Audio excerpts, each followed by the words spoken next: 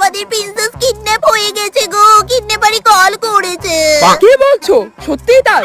ওকে জিজ্ঞেস করো কত টাকা চাইবে। হ্যাঁ বলো, কত টাকা চাই তোমার? মাত্র 1000 কোটি টাকা। 1000 কোটি টাকা?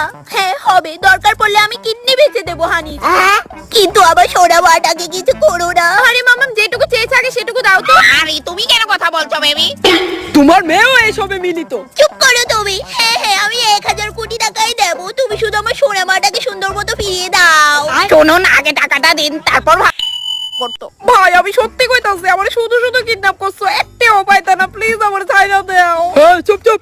ভাই আমি আমার মারে সিডি তো বিশ্বাস করো অনেক কিপটা। আরে হ্যালো, হ্যাঁ কেডা? কইতাছে আমি আপনার মায়ের কিডন্যাপ করছি, মায়ের যদি ফিরা পাইতে চান 50,000 টাকা ক্যাশ দেন। 50,000 তো অনেক বেশি। আচ্ছা দিমুনে। মা দিব কইছে, আজকে গিয়ে বুঝলাম আমি মা আমার কত ভালো। তবে শুনেন, আর